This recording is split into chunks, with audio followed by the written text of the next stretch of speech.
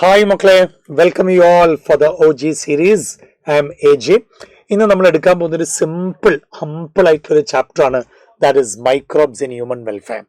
വളരെ സിമ്പിൾ ആയിട്ടുള്ള ചാപ്റ്റർ ആയതുകൊണ്ട് ക്വസ്റ്റ്യൻസ് ഒരിക്കലും ഉണ്ടാവില്ല എന്നൊരിക്കലും വിചാരിക്കരുത്. ഇതിൽ നിന്നും 2 to 3 ക്വസ്റ്റ്യൻസ് ഒക്കെ എല്ലാ വർഷവും ഉണ്ടാവുന്നതാണ്. അപ്പൊ നമ്മൾ ഈ മൈക്രോബ്സ് ഇൻ ഹ്യൂമൻ വെൽഫെയറിന്റെ ഒരു ക്വിക്ക് റിവിഷൻ നമ്മൾ സ്റ്റാർട്ട് ചെയ്യാൻ പോവാണ്. ആദ്യം നമ്മൾ ഈ ചാപ്റ്ററിൽ എന്തൊക്കെ കാര്യങ്ങൾ പഠിക്കാനുണ്ട് എന്നൊന്ന് നോക്കാം. അപ്പൊ നമ്മൾ ഈ ചാപ്റ്ററിൽ പഠിക്കാൻ പോകുന്ന കാര്യങ്ങൾ ഏതൊക്കെയാന്നുള്ളത് ഒന്ന് ചെക്ക് ചെയ്യും. നമ്മൾ ആദ്യം മൈക്രോ ഓർഗാനിസംസിനെ കുറിച്ച് പഠിക്കുമ്പം മൈക്രോ ഓർഗാനിസംസ് വീട്ടാവശ്യത്തിന് വേണ്ടി ഉപയോഗിക്കുന്നത് ഏതൊക്കെ, അതൊന്ന് കാര്യമായി നമുക്ക് പ്രിപ്പയർ ചെയ്യാനുണ്ട്. അതിനുശേഷം ഇൻഡസ്ട്രിയൽ പ്രൊഡക്ട്സ്, വ്യാവസായിക ആവശ്യത്തിന് വേണ്ടിയിട്ട് മൈക്രോ ഓർഗാനിസംസ് ഉപയോഗിക്കുന്ന എന്തിനു വേണ്ടിയിട്ട്, ഏതൊക്കെ ആവശ്യത്തിന് വേണ്ടിയിട്ട്, അതേപോലെ തന്നെ സീവേജ് പർപ്പസിന് വേണ്ടിയിട്ട്, അതായത് വേസ്റ്റ് നിർമ്മാർജ്ജനത്തിന് വേണ്ടിയിട്ട്, ബയോഗ്യാസ് പ്രൊഡക്ഷന് വേണ്ടിയിട്ട്, ഗോബർ ഗ്യാസ്, അതേപോലെ തന്നെ ബയോ കൺട്രോൾ ഏജൻസ് എന്താ എന്നറിയണം. അവസാനം നോക്കാം ബയോ ഫെർട്ടിലൈസേഴ്സ് ആയിട്ട്, ജൈവ വളങ്ങളായിട്ട് ഉപയോഗിക്കുന്നു. അപ്പൊ നമ്മൾ ആദ്യം പഠിക്കാൻ പോകുന്നത് ഈ മൈക്രോ ഓർഗാനിസംസ് ഏതൊക്കെയാണെന്നറിയണം. അപ്പൊ ആ മൈക്രോ ഓർഗാനിസംസിൽ ഏറ്റവും ആദ്യം ബാക്ടീരിയനെ കുറിച്ച് അറിയണം. റോഡ് ഷേപ്ഡ് ആയിട്ടുള്ള ബാക്ടീരിയനെ കുറിച്ച് പഠിക്കുമ്പോൾ ബാസിലസിനെ കുറിച്ച് അറിഞ്ഞിരിക്കണം. സ്ഫെറിക്കൽ ഷേപ്പ് ആയിട്ട് അറിയുമ്പോൾ വട്ടത്തിലുള്ള കോക്കസിനെ കുറിച്ച് അറിയണം. ഏറ്റവും ചെറിയ ഫോമാണ് ഈ കോക്കസ് എന്ന് പറയുന്നത്. വൈറസിനെ കുറിച്ച് പഠിക്കുമ്പോൾ ബാക്ടീരിയോഫേജിനെ കുറിച്ചും, അതേപോലെ തന്നെ റെസ്പിറേറ്ററി ഇൻഫെക്ഷൻ കോസ് ചെയ്യുന്ന അഡിനോ വൈറസിനെ കുറിച്ചും അറിയണം. അതേപോലെ തന്നെ ഏറ്റവും കോമൺ ആയിട്ടുള്ള ടൊബാക്കോ മൊസൈക് വൈറസ് ആദ്യം ഡിസ്കവർ ചെയ്ത വൈറസ് ആണ്. അപ്പൊ ഇത്രയും ആൾക്കാരാണ്, ബാക്ടീരിയം വൈറസ് ഒക്കെയാണ് നമ്മുടെ കാര്യമായിട്ട് മൈക്രോ ഓർഗാനിസം എന്ന് പറയുന്നത്. ഇനി വീട്ടാവശ്യത്തിന് വേണ്ടിയിട്ട്, ഹൗസ് ഹോൾഡ് പ്രൊഡക്ട്സിന് വേണ്ടിയിട്ട് മൈക്രോ ഓർഗാനിസംസിന് എന്തൊക്കെയാണ് യൂസ് ചെയ്യുന്ന നോക്ക്. അത് ആദ്യം പഠിക്കേണ്ടത് ലാബിനെ കുറിച്ചാണ്. ലാക്റ്റിക് ആസിഡ് ബാക്ടീരിയ, ലാക്ടോബാസിലസ്, ഇവൻ ചെയ്യുന്ന വർക്കുകൾ എന്തൊക്കെയാണ്. ഇവൻ പാല് തൈരാക്കി മാറ്റുന്ന കാര്യം അറിയണം. മാത്രമല്ല ഈ തൈരിൻ്റെ അകത്ത് ഇവൻ വൈറ്റമിൻ B12 ഇൻക്രീസ് ചെയ്യും. ഡൈജഷൻ ഏറ്റവും ബെസ്റ്റ് എന്നുള്ള കാര്യം ഓർത്തിരിക്കണം. അതേപോലെ തന്നെ നമ്മൾ ദോശ ഉണ്ടാക്കാൻ വേണ്ടിയിട്ട് മാവ് കുഴക്കില്ലേ, ആ മാവ് കുഴച്ച് ദോശയും ഇഡ്ഡലിയും ഒക്കെ ഉണ്ടാക്കുന്നത് അത് പുളിപ്പിക്കുന്ന ജോലി ആരുടെയാ? ബാക്ടീരിയയുടെ ആണ്. അങ്ങനെ പുളിച്ച് പൊന്തുന്ന സമയത്ത് പുറത്തേക്ക് പോകുന്ന ഗ്യാസ് ഏതാ എന്നുള്ള നമ്മൾ അറിയണം. അത് കാർബൺ ഡൈ ഓക്സൈഡ് ഗ്യാസ് എന്നുള്ള കാര്യം അറിയണം. അതേപോലെ തന്നെ ബ്രെഡ് ഉണ്ടാക്കാനും അതേപോലെ തന്നെ മറ്റ് കാര്യങ്ങൾക്ക് വേണ്ടി ഉപയോഗിക്കുന്ന മാവിൽ ഈ ഫെർമെന്റേഷന് സഹായിക്കുന്ന ഒരു മൈക്രോ ഓർഗാനിസം ഉണ്ട്. ആരാ? അത് നമ്മുടെ സ്വന്തം ഈസ്റ്റാണ്, സെക്കാരോമൈസീസ് സെർവീസിയാണ്. ഓക്കെ. അതേപോലെ തന്നെ കള്ള് ചെത്തുന്ന പന, അവിടെയും എന്താ സംഭവിക്കുന്നത്? അവിടെയും ഫെർമെന്റേഷൻ നടക്കുന്നത്. ഓക്കെ. വീണ്ടും നോക്കുക, ഈ പറയുന്ന മൈക്രോ ഓർഗാനിസം തന്നെ നോക്ക്, പുളിപ്പിച്ച മീൻ ഉണ്ടാക്കാൻ, സോയാബീൻ ഉണ്ടാക്കാൻ, അതേപോലെ തന്നെ മുളന്തണ്ടിൽ നിന്നും ഭക്ഷണം ഉണ്ടാക്കാൻ ഒക്കെ ഉപയോഗിക്കും. അപ്പൊ ഇതൊക്കെ വീട്ടാവശ്യത്തിന് വേണ്ടിയിട്ട് ഹൗസ് ഹോൾഡ് പ്രൊഡക്ട്സ് ആണ്. കഴിഞ്ഞിട്ടില്ല, ഇനിയുണ്ട്. സ്വിസ് ചീസ് എന്നറിയപ്പെടുന്ന ഏതാ എന്നുള്ളത് ഓർമ്മ വേണം. അത് ബാക്ടീരിയത്തിന്റെ പേരിലാണ്. ആ ബാക്ടീരിയത്തിന്റെ ആക്ടിവിറ്റി വഴിയാണ്. ഏത് ബാക്ടീരിയ? പ്രൊപ്പിയോണി ബാക്ടീരിയ ഷെർമാനി. അതേപോലെ തന്നെ റോക്കി ഫോർട്ട് ചീസോ, അത് പെൻസീലിയത്തിന്റെ ആക്ടിവിറ്റി വഴിയാണ്. പെൻസീലിയം റോക്കിഫോർട്ടി. അപ്പൊ ഇതെല്ലാം ഹൗസ് ഹോൾഡ് ആവശ്യത്തിന് വേണ്ടിയിട്ടാണ്. ഇനി ഇൻഡസ്ട്രിയൽ പർപ്പസിന് വേണ്ടിയിട്ടോ, അതായത് വ്യാവസായിക ആവശ്യത്തിന് വേണ്ടിയിട്ട് മൈക്രോ ഓർഗാനിസംസ് ഉപയോഗിക്കുന്നത് എന്തിനൊക്കെ വേണ്ടിയിട്ടാണ്? ഒന്ന് ഫെർമെന്റഡ് ബെവറേജസ് ഉണ്ടാക്കാനും അതേപോലെ തന്നെ ആന്റിബയോട്ടിക്സിന്റെ പ്രിപ്പറേഷന് വേണ്ടിയിട്ട്. അതിൽ നമ്മൾ ഫെർമെന്റേഷന് വേണ്ടി ഉപയോഗിക്കുന്നതിൽ ഏതൊക്കെയാന്ന് നോക്കുക. ഒന്ന്, നമ്മുടെ ഈസ്റ്റ് സാധാരണ ഉപയോഗിക്കാറുണ്ട്. ഓക്കെ. സാധാരണ ഈ ഫെർമെന്റേഷൻ ഒക്കെ ഏറ്റവും കൂടുതലായിട്ട് ഉപയോഗിക്കുന്നത് നമ്മുടെ ഈസ്റ്റാണ്, സെക്കാരോമൈസീസ് സെർവീസ്. അതേസമയം വൈനും ബിയറും ഒക്കെ ഡിസ്റ്റിലേഷൻ വഴി അല്ലാതെ ഉണ്ടാക്കുന്ന സാധനമാണ്. അതിൽ ആൽക്കഹോളിന്റെ കണ്ടന്റ് കുറവായിരിക്കും. അതേസമയം ഡിസ്റ്റിലേഷൻ വഴി ഉണ്ടാക്കുന്നത്, ഫെർമെന്റേഷനും ഡിസ്റ്റിലേഷനും വഴി ഉണ്ടാക്കുന്ന ഏറ്റവും പ്യൂരിഫൈ ഫോം ഏതാണ്? അത് നമ്മുടെ വിസ്കിയും അതേപോലെ തന്നെ ബ്രാൻഡിയും റമ്മൊക്കെയാണ്. അതിൽ ആൽക്കഹോളിന്റെ കോൺസെൻട്രേഷൻ കൂടുതലായിരിക്കും. ഈ ആന്റിബയോട്ടിക്സിനെ കുറിച്ച് പറയുമ്പം അതിന്റെ ഡിസ്കവറിയല്ലേ ആദ്യം അറിയേണ്ടത്? അലക്സാണ്ടർ ഫ്ലെമിംഗ് അല്ലേ ആദ്യമായിട്ട് ഈ ആന്റിബയോട്ടിക് പെൻസിലിൻ ഡിസ്കവർ ചെയ്തത്? ത്രോട്ടിന് ഇൻഫെക്ഷൻ ബാധിക്കുന്ന സ്റ്റെഫൈലോകോക്കസിനെ കുറിച്ച് പഠിക്കുന്ന സമയത്തല്ലേ? ഓക്കെ. അത് കണ്ടുപിടിച്ച് എവിടുന്ന? പെൻസിലിയം നൊട്ടേറ്റത്തിൽ നിന്നല്ലേ? യെസ്. അതിന് കൂടെ, അതായത് ഈ പറയുന്ന പെൻസിലത്തിന്റെ ഫോം, അതിന്റെ ആക്റ്റീവ്നെസ് ഐഡന്റിഫൈ ചെയ്തത് വേറെ 2 ആൾക്കാരുണ്ട്. ആരൊക്കെയാ നോക്ക്, ഫ്ലോറി ആൻഡ് ചെയിൻ. ഓക്കെ. അപ്പൊ ഇവര് 2 പേര് along with the Alexander Fleming shared the Nobel Prize for the discovery of antibiotic penicillin. Okay, അപ്പൊ ഇവരുടെ പേര് നമ്മൾ എന്തായാലും ഒന്ന് അറിഞ്ഞിരിക്കണം. ഇനി നോക്ക്, ഈ പറയുന്ന ഹൗസ് ഹോൾഡ് പ്രൊഡക്ട്സിനേക്കാളും പുറമെ ഇൻഡസ്ട്രിയലായിട്ട് മൈക്രോ ഓർഗാനിസംസിനെ ഉപയോഗിച്ച് നമ്മൾ ഉണ്ടാക്കുന്ന ആസിഡ്സ് നോക്ക്. ആസ്പെർജില്ലസ് നൈഗർ അതുപയോഗിച്ച് എന്തുണ്ടാക്കും? Citric acid. അതേപോലെ തന്നെ അസെറ്റോബാക്ടർ അസെറ്റി ഉപയോഗിച്ച് അസെറ്റിക് ആസിഡ്, ക്ലോസ്ട്രീഡിയം ബ്യൂട്രിക്ക ഉപയോഗിച്ചിട്ട് ബ്യൂട്രിക് ആസിഡ്, ലാക്ടോബാസിലസ് ഉപയോഗിച്ച് ലാക്ടിക് ആസിഡ് പ്രൊഡ്യൂസ് ചെയ്യും. ഓക്കെ, എത്തനോളിന്റെ പ്രൊഡക്ഷന് വേണ്ടിയിട്ട് കോമൺ ഫെർമെന്റേഷൻ നടത്താൻ വേണ്ടിയിട്ട് ആര് ഉപയോഗിക്കുന്നുണ്ട്? നമ്മുടെ ഈസ്റ്റ്. ഇനി ചില എൻസൈമുകൾ ഉണ്ട്, ആ എൻസൈമുകളുടെ ആക്ടിവിറ്റി കൊണ്ട് ഉണ്ടാക്കുന്ന നോക്ക് ലിപ്പേസ് ഉപയോഗിച്ചിട്ട് വേണം നമ്മുടെ തുണികളിൽ നിന്നുള്ള സ്റ്റെയിൻ ഒക്കെ ഒഴിവാക്കാനായിട്ട്.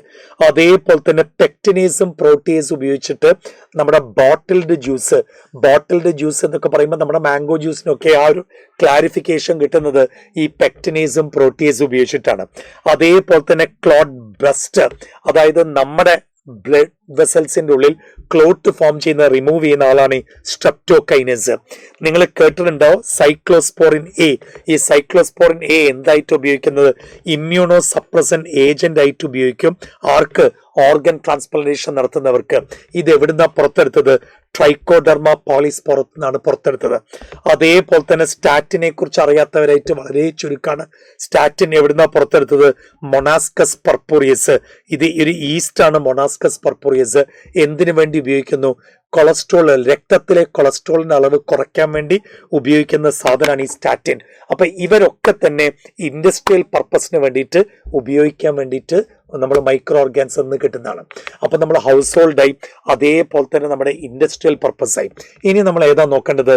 മൈക്രോ ഓർഗാനിസം സീവേജ് ട്രീറ്റ്മെന്റിന് വേണ്ടിയിട്ട്, വേസ്റ്റ് ട്രീറ്റ്മെന്റിന് വേണ്ടിയിട്ട് മൈക്രോ ഓർഗാനിസംസ് എവിടെയൊക്കെയാണ് ഉപയോഗിക്കുന്നത് ഒന്ന് നോക്കാം.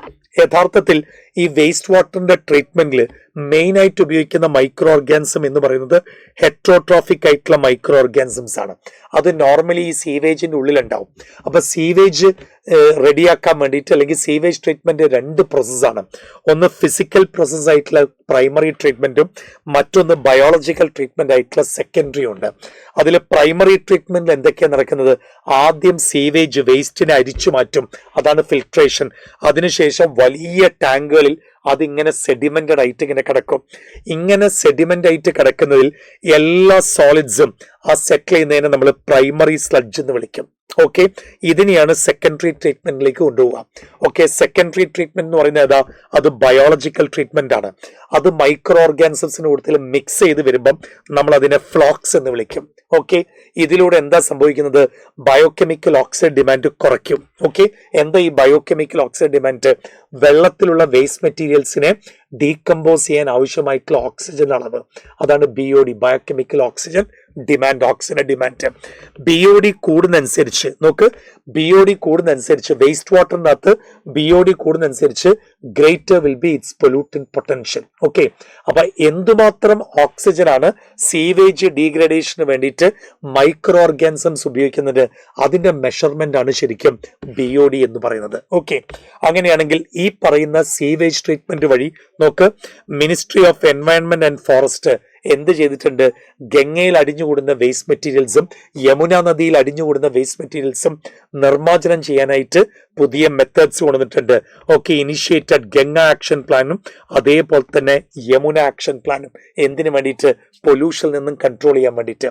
ഓക്കെ, ഇനി നമ്മൾ മൈക്രോ ഓർഗാനിസംസ് ബയോഗ്യാസിന്റെ ഫെർമെന്റേഷന് വേണ്ടിയിട്ട്, ഗോബർ ഗ്യാസിന്റെ ഫെർമെന്റേഷനിൽ എവിടെയാണ് യൂസ് ചെയ്യുന്നത് നോക്കുക.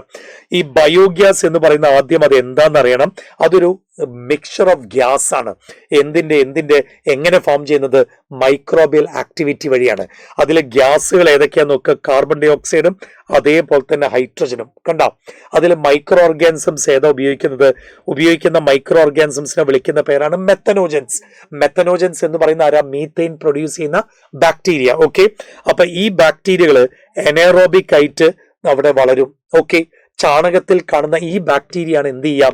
ഈ പറയുന്ന സെല്ലുലോസ് നോക്ക്, സെല്ലുലോസ് മെറ്റീരിയൽസിൽ നിന്നും ലാർജ് എമൗണ്ട് ഓഫ് മീഥെയിൻ ഉണ്ടാക്കും. മീഥെയിന് പുറമെ എന്തെല്ലാം ഉണ്ടെന്നാ പറഞ്ഞത്? കാർബൺ ഡൈ ഓക്സൈഡും ഹൈഡ്രജനും ഉണ്ടാവും. ഓക്കെ ആണോ? അപ്പൊ ഈ ബാക്ടീരിയയുടെ പേര് മറക്കണ്ട, മെത്തനോ ബാക്ടീരിയം, മെത്തനോജൻസ്. ആർക്കെ ബാക്ടീരിയയുടെ ഗ്രൂപ്പിലെ വരിക. അങ്ങനെയാണെങ്കിൽ ബയോഗ്യാസ് ഫെർമെന്റേഷന് സഹായിക്കാനായിട്ടുള്ള ഗോബർ ഗ്യാസിനെ നമ്മൾ എപ്പോഴും ഓർത്തിരിക്കണം. ഇതാണ് ഒരു ബയോഗ്യാസ് പ്ലാന്റ്. അതിൻ്റെ ഉള്ളിൽ ഏകദേശം ഒരു 10-15 അടി ആഴത്തിൽ വേണം ഇതിൻ്റെ ഡൈജസ്റ്റർ ഉറപ്പിക്കാനായിട്ട്. അതിനുശേഷം ഈ ചാണകവെള്ളമൊക്കെ വെക്കാൻ വേണ്ടിയിട്ട് ഒരു ചെറിയ ടാങ്ക് ഉണ്ടാവും. അതിലേക്കാണ് ഇത് ഒഴിച്ചു കൊടുക്കുക. അതിനെ നമ്മൾ സ്ലറി എന്ന് വിളിക്കും. ആ സ്ലറിയിലേക്കാണ് നമ്മൾ ഈ സ്ലറി എന്ന് പറയുന്നത് എന്താ? സ്ലറി എന്ന് പറയുന്നത് ചാണകവും അതേപോലെ തന്നെ വെള്ളവും കൂടി മിക്സ് ആയിട്ടുള്ളതാണ്. അപ്പൊ അതിലേക്ക് ഇങ്ങനെ ഒഴിക്കും. അതിങ്ങനെ നേരെ ഡൈജസ്റ്ററിലേക്ക് പോകും. ആ ഡൈജസ്റ്ററിന് മെത്തനോജൻസിന്റെ ആക്ടിവിറ്റി വഴി ഗ്യാസ് ഇങ്ങനെ പുറത്തേക്ക് റിലീസ് ചെയ്യും. ഗ്യാസ് ഇങ്ങനെ പുറത്തേക്ക് റിലീസ് ചെയ്യുന്നതനുസരിച്ച് അതിനെ കവർ ചെയ്തിട്ടൊരു ഗ്യാസ് ഹോൾഡർ ഉണ്ട്. അത് സ്ലോലി ഇങ്ങനെ മുകളിലോട്ട് ഇങ്ങനെ പൊന്താനായിട്ട് തുടങ്ങും. ഓക്കെ, വേസ്റ്റ് ആയിട്ടുള്ള ഭാഗം, അതായത് ബാക്കിയുള്ള ചാണകം, ഉണക്ക ചാണകം എങ്ങോട്ടേക്കാണ് വരുന്നത്? അത് സ്ലഡ്ജായിട്ട് വേറൊരു ടാങ്കിലേക്ക് വരും. ഗ്യാസ് ഒരു പൈപ്പിലേക്ക് നമ്മൾ കണക്ട് ചെയ്തിട്ടുണ്ടാവും. ആ പൈപ്പിലൂടെയാണ് ഗ്യാസ്, മീഥേൻ ഗ്യാസ് ഓരോ വീട്ടിലേക്ക് നമ്മൾ എത്തിക്കുന്നത്. അപ്പോൾ ഒരു ഗോബർ ഗ്യാസ് പ്ലാന്റ് എങ്ങനെ ഉണ്ടാകും എന്ന് കൃത്യമായിട്ട് നമ്മൾ ഓർത്തിരിക്കണം. ഇനി നമ്മൾ അറിയേണ്ട ഒരു കാര്യം, ഈ ഒരു ടെക്നോളജി ഡെവലപ്പ് ചെയ്തത് ആരാന്നറിയണം. ഈ ഒരു ടെക്നോളജി ഇന്ത്യയിൽ ഡെവലപ്പ് ചെയ്തത് ഇന്ത്യൻ അഗ്രികൾച്ചറൽ റിസർച്ച് ഇൻസ്റ്റിറ്റ്യൂട്ടിന്റെയും അതേപോലെ തന്നെ KVIC Khadi and village industries കമ്മീഷന്റെയും ഇവരുടെ ശ്രമഫലമായിട്ടാണ് ഇന്ത്യയിൽ ഈ ഗോബർ ഗ്യാസ് പ്ലാന്റ് പെട്ടെന്ന് ഫ്ലറിഷ് ആയത്.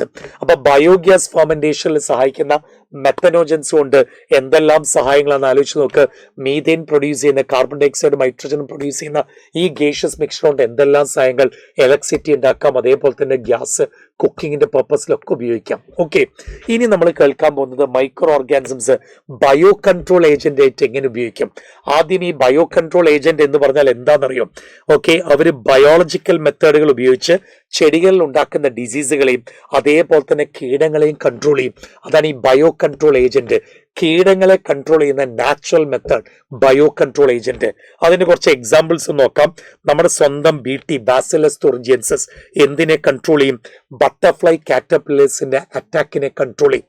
അതിന്റെ സ്പോറുകൾ, ഉണങ്ങിയ സ്പോറുകൾ ഉപയോഗിച്ച് നമുക്ക് വേണമെങ്കിൽ ഇതിനെ കൺട്രോൾ ചെയ്യാം. അതേപോലെ തന്നെ ഫംഗസ്, ട്രൈക്കോഡെർമ ഒരു ബെസ്റ്റ് ബയോ കൺട്രോൾ ഏജന്റ് ആണ്. പ്ലാന്റിൽ അറ്റാക്ക് ചെയ്യുന്ന പാത്തോജൻസിനെ കൺട്രോൾ ചെയ്യാൻ, പ്ലാന്റ് പാത്തോജൻസിനെ കൺട്രോൾ ചെയ്യാനായിട്ട് ഏറ്റവും ബെസ്റ്റാണ് ഈ ട്രൈക്കോഡെർമ എന്ന ഫംഗസ്. അതേപോലെ തന്നെ ന്യൂക്ലിയോ പോളിഹെഡ്രോ വൈറസിൽ ന്യൂക്ലിയോ പോളിഹെഡ്രസ് NPV ന്യൂക്ലിയോ പോളിഹെഡ്രോ വൈറസിന്റെ ഗ്രൂപ്പിൽ വരുന്ന ബാക്ലോ വൈറസ്. ഈ ബാക്ലോ വൈറസ് നോക്ക് ഇൻസെക്റ്റുകളെയും ആർത്രോപോഡുകളെയും കൺട്രോൾ ചെയ്യും. അപ്പൊ ഗുഡ് ബയോ കൺട്രോൾ ഏജന്റ് ആണ്. അതേപോലെ തന്നെ ഇതാണ് നമ്മുടെ BT സ്പോർ. ഇവനെ കണ്ട ഓർമ്മയുണ്ടോ? ഇതാണ് ലേഡി ബേർഡ് ബീറ്റിൽ. ഈ ലേഡി ബേർഡ് ബീറ്റിൽ ആരെയൊക്കെ കൺട്രോൾ ചെയ്യും? ചെറിയ ഇൻസെക്റ്റുകളെയൊക്കെ കൺട്രോൾ ചെയ്യും. ഓക്കെ, അതേപോലെ തന്നെ നമ്മുടെ ഡ്രാഗൺ ഫ്ലൈ എന്ന് പറയുന്നത് നമ്മുടെ തുമ്പി, മൊസ്കിറ്റോനെ കൺട്രോൾ ചെയ്യും. ഓക്കെ, അപ്പൊ ഇവര് എന്തിനാണ് സഹായിക്കുന്നത് എന്നുള്ളത് അന്ന് അറിഞ്ഞിരിക്കണം. ഇവരൊക്കെ ബയോ കൺട്രോൾ ഏജന്റ്സ് ആണ്. ഓക്കെ, ശരി. അപ്പം ഈ പറയുന്ന ലേഡി ബേർഡ് ബീറ്റിൽ എഫിഡ്സ് എന്ന് പറയുന്ന ഗ്രൂപ്പിൽപ്പെട്ട ഇൻസെക്ട്സിനെയും ഡ്രാഗൺ ഫ്ലൈ ആരെയാ കൺട്രോൾ ചെയ്യാം? മൊസ്കിറ്റോനെ കൺട്രോൾ ചെയ്യുന്ന കാര്യവും ഒന്ന് അറിഞ്ഞിരിക്കണം. ഇനി നമ്മൾ പഠിക്കാൻ പോകുന്ന ഏറ്റവും അവസാനത്തെ കേസാണ് മൈക്രോ ഓർഗാനിസംസിനെ ബയോ ഫെർട്ടിലൈസർ ആയിട്ട്, ജൈവ വളങ്ങളായിട്ട് ഉപയോഗിക്കുന്ന കാര്യം നമ്മൾ അറിയണം. അപ്പൊ അതിൽ ആരെയൊക്കെയാ നോക്ക്. ജൈവ വളമായിട്ട് ഉപയോഗിക്കുമ്പോഴാണ് ഓർഗാനിക് ഫാമിംഗ് എന്ന് പറയുന്നത് എന്താ? ജൈവ വളങ്ങൾ ഉപയോഗിച്ച് നടത്തുന്ന ഒരു കൃഷിയാണ് ഈ ഓർഗാനിക് ഫാമിംഗ്. അതിൽ ബയോ ഫെർട്ടിലൈസേഴ്സിന്റെ റോൾ എന്താ നോക്ക്. Enrich the nutrient quality of the soil, മണ്ണിന്റെ ഫെർട്ടിലിറ്റി കൂട്ടാനായിട്ട് ഇത് സഹായിക്കും. ഓക്കെ, ഈ ബയോ ഫെർട്ടിലൈസേഴ്സിന്റെ മെയിൻ സോഴ്സുകൾ ആരൊക്കെയാണെന്നറിയോ? ബാക്ടീരിയ ഉണ്ട്, അതേപോലെ ഫംഗസ് ഉണ്ട്, അതേപോലെ തന്നെ ബ്ലൂ ഗ്രീൻ ആൽഗിയായ സൈനോ ബാക്ടീരിയ ഉണ്ട്. അതിൽ ഏതൊക്കെ ബാക്ടീരിയ നോക്ക്. ആസോസ്പൈറലുണ്ട്, അസെറ്റോബാക്ടർ ഉണ്ട്, റൈസോബിയം ഉണ്ട്. അതിൽ നമുക്കറിയാം ഈ ആസോസ്പൈറലും അതേപോലെ തന്നെ അസെറ്റോബാക്ടറും ഫ്രീ ലിവിങ് ആണ്. ഒറ്റയ്ക്ക് നിന്നിട്ടാണ് നൈട്രജനെ ഫിക്സ് ചെയ്യുന്ന ആൾക്കാരാണ്. ഓക്കെ, ഒറ്റയ്ക്ക് നിന്ന് നൈട്രജനെ ഫിക്സ് ചെയ്യുന്ന ആൾക്കാരാണ്. അതേസമയം നമ്മുടെ ഇവനോ റൈസോബിയം യഥാർത്ഥത്തിൽ എങ്ങനെയുള്ള റൈസോബിയം സിംബയോട്ടിക് ആണ്. അപ്പൊ റൈസോബിയം സിംബയോട്ടിക് ആയിട്ടുള്ള നൈട്രജനെ ഫിക്സ് ചെയ്യുന്ന ബാക്ടീരിയ ആണ്. അപ്പൊ രണ്ടുപേരും എന്ത് ചെയ്യും? രണ്ടുപേരും നൈട്രജനെ ഫിക്സ് ചെയ്യുന്ന കാര്യം അറിയണം. ഇനി ഏതൊക്കെ ഫംഗസ് ആണ് ബയോ ഫെർട്ടിലൈസർ ആയിട്ട് ഉപയോഗിക്കുന്നത് നോക്ക്. മൈക്കോറൈസ ആര് തമ്മിലുള്ള അസോസിയേഷനാ? ആ ഫംഗസും പ്ലാന്റിന്റെ റൂട്ടും തമ്മിൽ അസോസിയേഷൻ ആണ്. Okay, symbiotic association with the plant root. അപ്പൊ മൈക്കോറൈസ മണ്ണിൽ നിന്നും ഫോസ്ഫറസ് അബ്സോർബ് ചെയ്ത് കൊടുക്കും. ഓക്കെ, ആ ഗ്രൂപ്പിൽപ്പെട്ട എക്സാമ്പിൾ നോക്ക്, ജീനസ് ഗ്ലോമസ്, അത് മൈക്കോറൈസയായിട്ട് അല്ലെങ്കിൽ മൈക്കോറൈസയിലെ ഗ്ലോമസ് എന്ത് ഹെൽപ്പ് ചെയ്യുന്നതാണ്? Absorb phosphorus. അപ്പൊ ഫോസ്ഫറസ് അബ്സോർബ് ചെയ്ത് എന്തിന് സഹായിച്ചു കൊടുക്കും? പ്ലാന്റിനെ സഹായിച്ചു കൊടുക്കും, ഫോസ്ഫറസ് അബ്സോർപ്ഷൻ. ഇനി നമ്മൾ സൈനോബാക്ടീരിയനെ കുറിച്ച് കൊണ്ടൊന്ന് കേൾക്കാം. ബയോ ഫെർട്ടിലൈസർ ആയിട്ട് ഉപയോഗിക്കുന്ന മെയിൻ സൈനോബാക്ടീരിയ ആണ്. ഒന്ന് അനബീന, രണ്ടാമത്തത് ഓസ്ലിറ്റോറിയ, മൂന്നാമത്തത് നെസ്റ്റോക്ക്. ഇവരെല്ലാം തന്നെ ഒരു കപ്പാസിറ്റി ഉണ്ട്, നൈട്രജനെ ഫിക്സ് ചെയ്യാനുള്ള കപ്പാസിറ്റി ഉണ്ട്. അപ്പൊ നമ്മൾ ഈ ചാപ്റ്ററിൽ പഠിച്ചത് ഒരിക്കൽ കൂടി ഒന്ന് ബ്രഷപ്പ് ചെയ്ത് നോക്കാം. ഏതൊക്കെ കാര്യങ്ങളാണ് നമ്മൾ പഠിച്ചത്? ഒന്ന്, വീട്ടാവശ്യത്തിന് വേണ്ടിയിട്ട് മൈക്രോ ഓർഗാനിസംസ് ഇൻഡസ്ട്രിയൽ പർപ്പസിന് വേണ്ടിയിട്ട് ഉപയോഗിക്കുന്നുണ്ട്. വേസ്റ്റ് ട്രീറ്റ്മെന്റിന് വേണ്ടിയിട്ട് മൈക്രോ ഓർഗാനിസംസ് ഉപയോഗിക്കുന്നുണ്ട്. അതിൽ പ്രൈമറി ട്രീറ്റ്മെന്റും സെക്കൻഡറി ട്രീറ്റ്മെന്റും ഉണ്ട്. അതേപോലെ തന്നെ ബയോ കൺട്രോൾ ഏജന്റ് ആയിട്ട് പ്ലാന്റ് അറ്റാക്ക് ചെയ്യുന്ന പെസ്റ്റുകളെ കൺട്രോൾ ചെയ്യാൻ, അതേപോലെ തന്നെ ബയോ ഫെർട്ടിലൈസർ ആയിട്ട് ബാക്ടീരിയനെയും ഫംഗസിനെയും അതേപോലെ സൈനോബാക്ടീരിയനെയും നമ്മൾ ഉപയോഗിക്കുന്നുണ്ട്. ഓക്കെ, സോ ചാപ്റ്ററിനെ കുറിച്ച് ഏകദേശം ഒരു ഐഡിയ നിങ്ങൾക്ക് കിട്ടിയെന്ന് വിചാരിക്കുന്നു. So thank you, by.